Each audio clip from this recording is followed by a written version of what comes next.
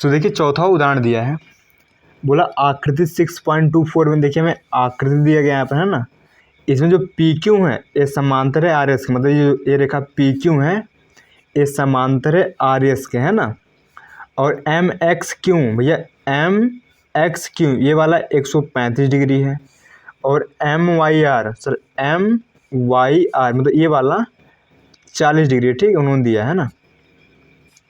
तो हमें ज्ञात क्या करना है, समझिए हमें ज्ञात करना है X M Y, sir X M Y ये वाला एंगल कितना होगा बताइए, ठीक है हमें ये निकालना। तो सोचिए और बताइए कितना होगा वाला है ना। सो देखिए आसान है बहुत है ना, कैसे करेंगे, ठीक है। सो देखिए यहाँ आपको एक रचना करनी पड़ेगी, ठीक है। रचना क्या करेंगे हम यहाँ पी क्यू के समांतर की रेखा एम से खींचेंगे, ठीक है यहाँ पर ऐसे है ना। सो देखिए आसान है, कठिन नहीं, ठीक है। यहाँ पर मान लीजिए इस रेखा का नाम है ए बी, क्या नाम भैया ए बी है ना। तो आप जो नया करेंगे क्वेश्चन उसको आपको लिखाना पड़ेगा, ठीक है। तो यहाँ लिखते हैं रचना, रचना, ठीक है। रचना क्या किया भैया हमने देखिए पी क्यू के समांतर ए बी, ठीक है, एक रेखा खींचा होगा, सिंपल यही लिखना था, ठीक है। अब दिया है मान लिख सकते हैं, दिया है क्या दिया भैया सर, दिया है कि भैया जो पी क्यू है ना वो समांतर है आर एस के, ठीक है, ठीक है। वह एंगल एम एक्स क्यू, ठीक है, 135 डिग्री है, तथा एंगल एम वाई आर आपको दिया 40 डिग्री, ठीक है। तो हमें ये वाला एंगल ज्ञात करना। सो देखिए एकदम आसान होगा, करते हैं देखिए।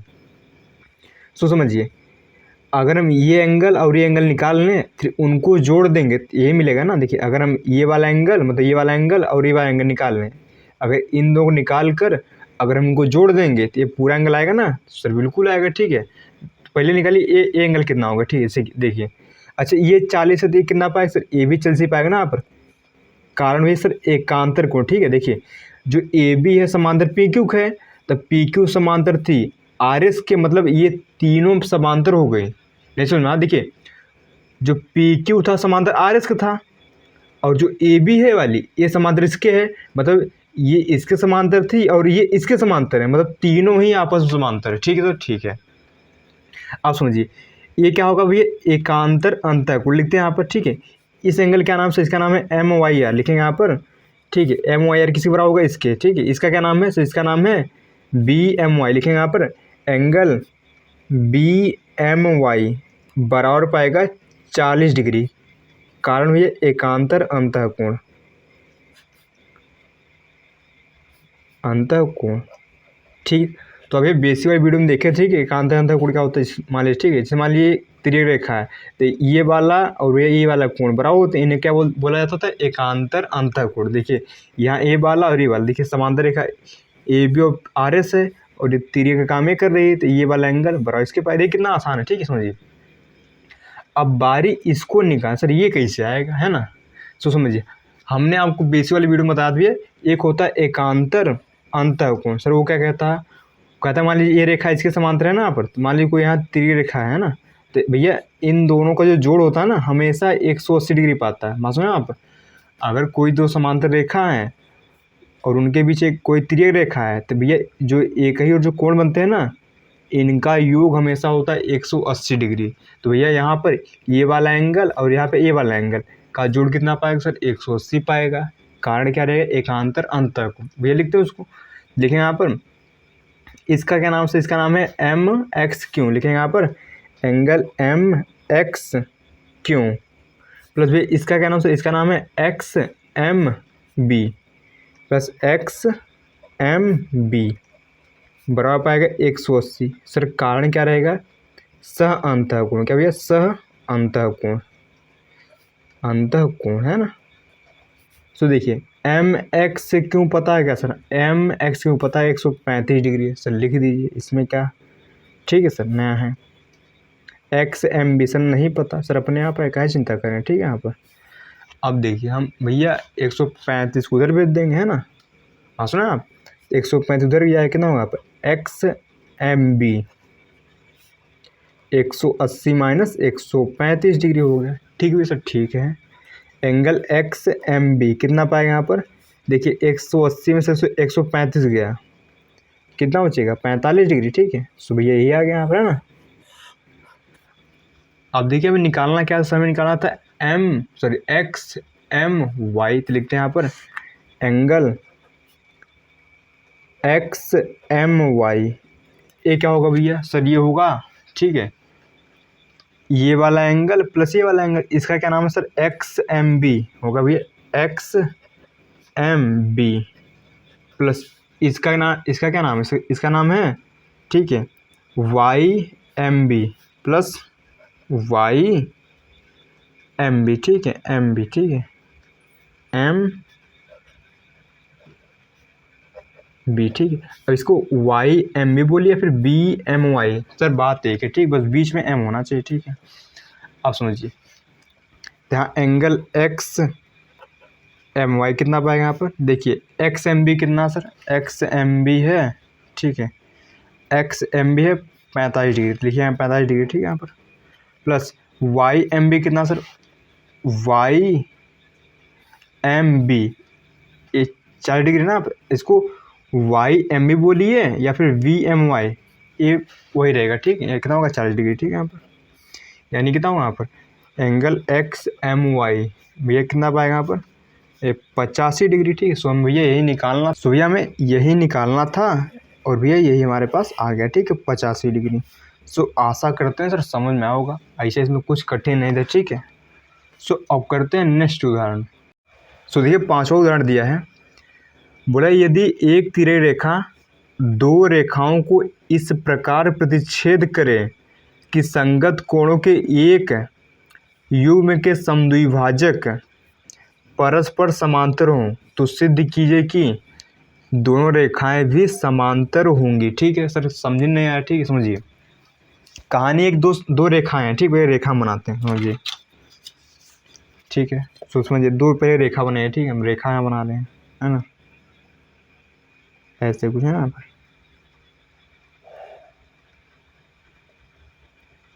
एक भैया यहाँ बना लेते हैं ना,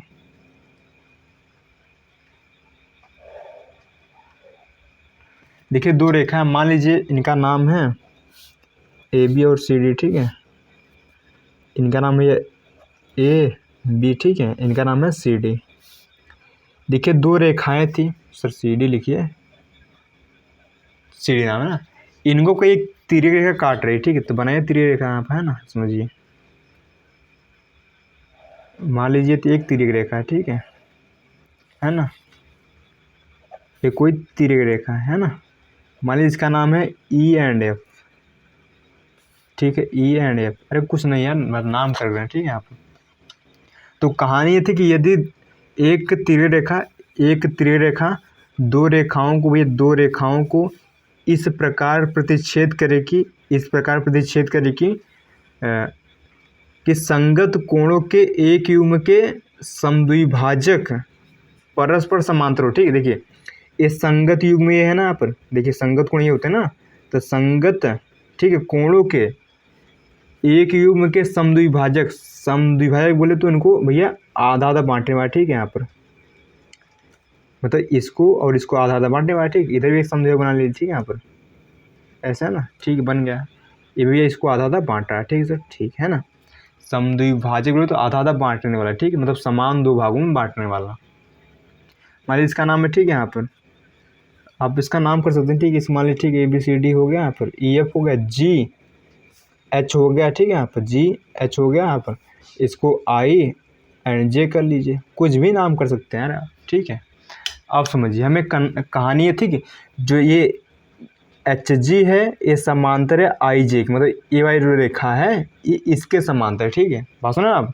तो हमें सिद्ध करना कि ए बी समांतर होगा सी डी के, बात सुना आप। सोच समझिए पहले लिखते हैं जो दिया हमें, देखिए हमें दिया क्या है, यह दिया हमें कि जो ये जी एच है ना सर, जी एच है वो समांतर किसके भैया आई जे के, है ना, आई जे के, ठीक है सर, ठीक है, इतना कहाँ समझ में आया, ठीक है। दिया में आप और भी लिख सकते हैं लेकिन इतना लिखिए कॉपी, ठीक है, इतना है, ठीक है ना। अरे देखिए बस सिद्ध क्या करना है, सिद्ध करना है हमें, इस वजह सिद्ध करना है कि जो ए बी है ना ये समांतर हुई किसके CD के। ठीक है भैया सर, ठीक है। तो ये करते हैं सिद्ध, आसान है, लिखते हैं सिद्ध।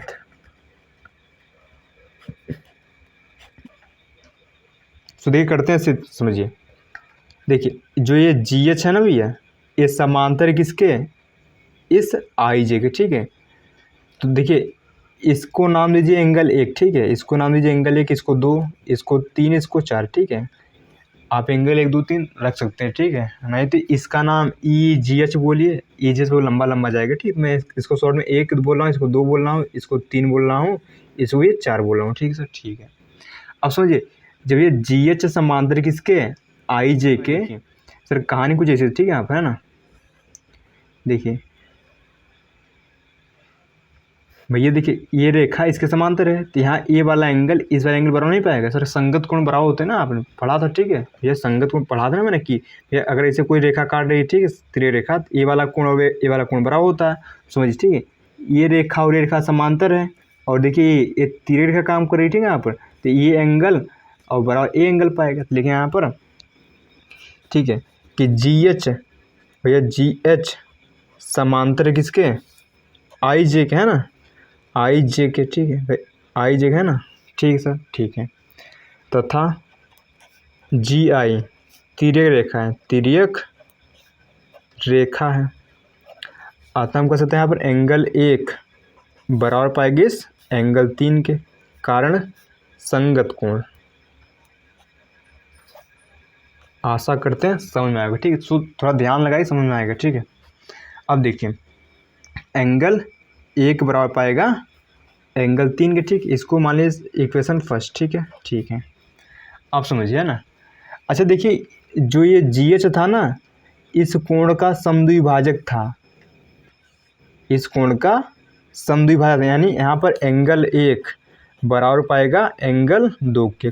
कारण क्या रहेगा यहाँ पर, कारण ये रहेगा कि भैया, ठीक है, GH जो है ना सर, जो GH है वो इस पूरे कोण का, यानी EGB का है, एंगल EGB का, है ना, समद्विभाजक है, समद्विभाजक है, ठीक है, इसलिए दो बराबर पाएंगे, है ना। उसी प्रकार भैया जो एंगल 3 है सर, ये बराबर पाएगा किसके, एंगल 4 के। कारण क्या रहेगा यहाँ पर, जो IJ है ना, ये क्या है, इस GID, ठीक है, GID है ना, एंगल GID का समद्विभाजक है, ठीक है सर, समद्विभाजक है, ठीक है। जो ये जो IJ है ना, इस पूरे कोण का समद्विभाजक है, मतलब इसको आधा आधा बांट रहा है, तो मतलब ये एंगल इसके बराबर पाएगा, है ना। सो समझिए, इतना समझ में आया, ठीक है। देखिए लिखते हैं समीकरण 1, ठीक है। देखिए समीकरण 1 क्या दिया था हमें, तो भैया समीकरण 1 है, लिखते हैं समीकरण 1 से, समीकरण 1 से देखिए अब एकदम आसान है, बस आने वाला है, ठीक समझिए। यहाँ देखिए समीकरण में क्या दिया था, एंगल 1 बराबर दिया है एंगल 3 के, ठीक है सर, ठीक है। ऐसा करिए दोनों तरफ 2 से गुणा कर दीजिए, ठीक है सर। 2 से गुणा काहे कर रहे हैं, सो समझिए, ठीक है। लिखेंगे 2 से दोनों तरफ, ठीक है, तरफ गुणा करने पर, ठीक है।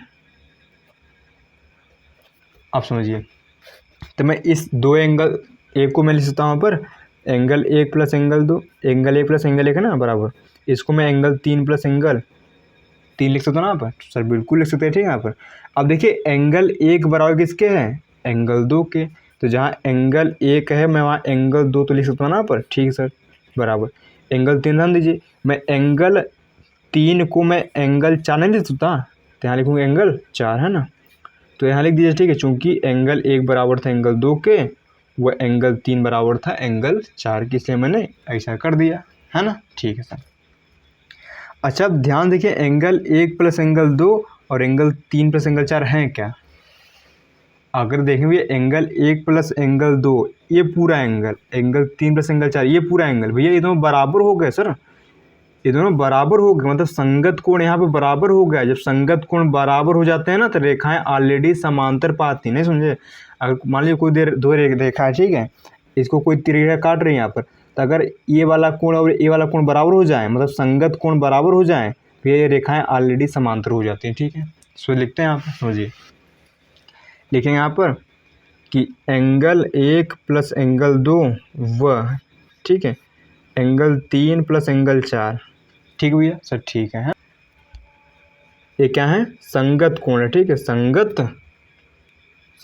कोण है, ठीक है, संगत कोण है, ठीक है। तथा लिखे नीचे, ठीक, तथा एंगल 1 प्लस एंगल 2 ये बराबर किसके, एंगल 3 प्लस एंगल 4 के, है ना।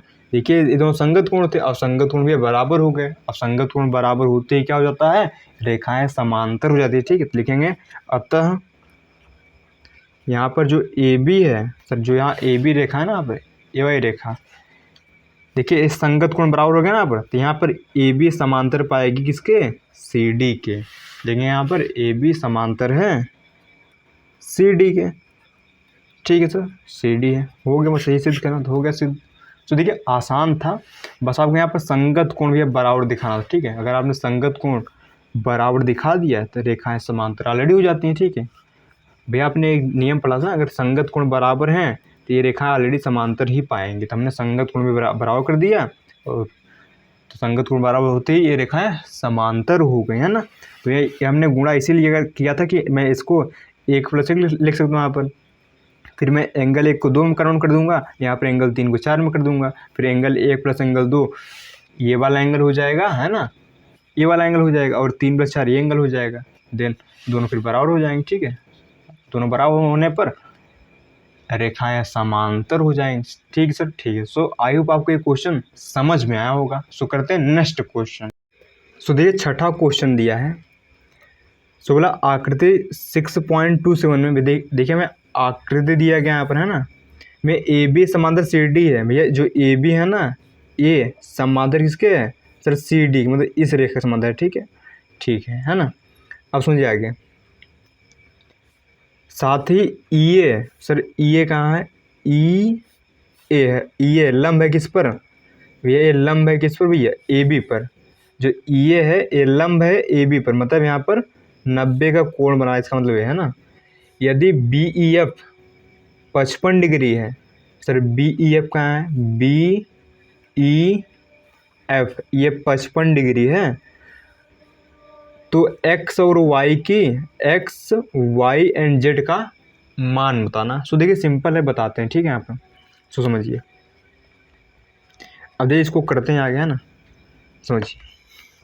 अब देखिए ए बी सर समांतर किसके है, इस सी डी के, है ना सर, ए बी समांतर है सी डी, है ना, और ये सी डी समांतर है ई एफ के, और सी डी समांतर है ई एफ के।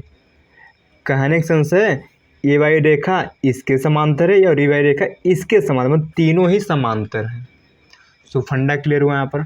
तो देखिए तो भैया ये 55 डिग्री और y डिग्री, समझिए यहाँ लिखेंगे यहाँ पर y प्लस भैया ये 55 डिग्री कितना पाएगा सर, 180। सर कहाँ से आप ला दिए, समझिए आपने भी एक पढ़ा होगा ना, स अंतः कोण या फिर स आंतरिक कोण, वो क्या था भैया। देखिए अगर देखिए दो रेखा समांतर हैं, ठीक सर, ठीक है, तो भैया तीरे रेखा के एक ही ओर बनने वाले कोणों का योग हमेशा 180 डिग्री होता है। ये सह अंतः कोण वाली कहानी है, ठीक है सर, ठीक है। देखिए ये रेखा इसके समांतर थी, यहाँ जो डी है तीरे की रेखा काम कर रही है, यानी यहाँ पर 55 डिग्री और ये y डिग्री कितना पाएगा 180 डिग्री, ठीक है। लिखेंगे यहाँ पर सह अंतः कोण, ठीक है, सह अंतः कोण, ठीक है,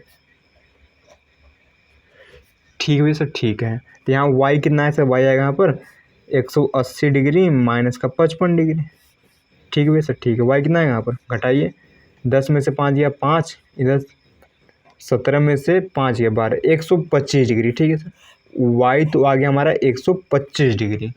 सो देखिए बहुत अच्छी बात सर, y आ गया, ठीक है। अब देखिए ए बी समांतर किसके थी सर, ए बी समांतर थे सी डी के। देखिए यहाँ पर ये x बराबर पाएगा y के, सर कारण क्या है, संगत कोण है, समझे। देखिए अगर मतलब कोई दो रेखा समांतर, ठीक है, यहाँ पर उसको तिरछी रेखा कोई काटे, है ना, तो ये वाला एंगल और ये वाला एंगल भी क्या होता है, बराबर पाता है ना, इसे संगत कोण बोलते हैं। देखिए यहाँ पर ये रेखा और ये रेखा समांतर है, और देखिए ये तिरछी रेखा काम कर रही है, तो ये वाला एंगल और ये वाला एंगल बराबर पाएंगे, ठीक है सर, ठीक है। लिखेंगे यहाँ पर एक्स बराबर पाए किसके सर वाई के, कारण क्या है संगत कोण, संगत कोण है ना, ठीक है भैया। तो एक्स बराबर वाई कितना है 125 डिग्री, तो एक्स भी भैया 125 डिग्री ही पाएगा। तो देखिए कितना सिंपल है ना। अब देखिए हमें जेड बताना भैया, सर जेड कितना होगा समझिए। अगर आप भैया ध्यान देखेंगे, ठीक है ध्यान से देखेंगे सर, तो क्या पाएंगे देखिए, ये 90 है, ये 90 है, तो ये कितना पाएगा सर ए भी 90 पाएगा ना, तो भैया इनका जोड़ 180 होगा, तो ये 90 है भैया ए भी 90 पाएगा, ठीक है सर ठीक है। अब देखिए ये दोनों रेखा सर समांतर हैं, तो ये एंगल प्लस ये वाला एंगल, ये पूरा एंगल कितना पाएगा सर 180 डिग्री, कारण क्या रहेगा समांतर कोण, लिखते हैं यहाँ पर, ठीक है। सो देखिए यहाँ क्या होगा, इस एंगल क्या नाम से, देखिए ये पूरा 90 डिग्री है यहाँ पर, ठीक है, या फिर इसका नाम कर सकते हैं यहाँ पर सी डी सी ई, लिखेंगे यहाँ पर angle D C E plus ये पूरा एंगल, इस पूरे क्या नाम सर, इस पूरे नाम है जेड प्लस 55, ये भैया बराबर पाएगा कितना 180 डिग्री, कारण क्या रहेगा वो सह अंतःकोण, सह अंतःकोण है ना। सो आई होप आपको कहानी समझ में आ रही होगी। देखिए सिंपल था, देखिए ये 90 है तो ये भी 90 पाएगा ना, कहानी सर देखिए ये समांतर है ना रेखा, तो ये 90 है तो ये ऑलरेडी 90 पाएगा, अगर ये 90 है तो इधर 90 पाएगा ना, रैखिक युग्म से ये भी 90 पाएगा, ये 90 है तो ये प्लस ये पूरा कितना पाएगा 180 पाएगा, तो ये इसको यहाँ लिख दिया, ठीक है। और ये पूरा कितना सर, ये पूरा है जेड प्लस 55, ठीक है, ये प्लस ये है ना पूरा, तो जेड प्लस 55 बराबर कितना पाएगा 180। अब देखिए जो डी सी ई है ना सर, डी सी ई तो 90 डिग्री, यहाँ लिख दीजिए 90 डिग्री, ठीक है, यहाँ लिखेंगे भैया 90 डिग्री प्लस जेड रहन दीजिए 55 रहन दीजिए, ठीक है, बराबर 180 है ना। अब जोड़े कितना आपका 90 55 कितना होता है 5 9 5 14 145, ठीक है, यही पाएगा क्या, हाँ यही पाएगा बराबर, प्लस जेड बराबर पाएगा 180, यानी जेड कितना आएगा सर 180 माइनस का 145, ये घटाइए जेड कितना है यहाँ पर 10 में से 5 गया 5, इधर 17 में से 14 गया, हाँ 3 35 डिग्री, ठीक है भैया सर ठीक है। तो हमारा एक्स भी निकल गया, ठीक, देखिए एक्स कितना है सर, एक्स है 125 डिग्री है ना, वाई भी कितना है 125 डिग्री, जेड भैया सर 35 डिग्री। सो देखिए कितना सिंपल सवाल था।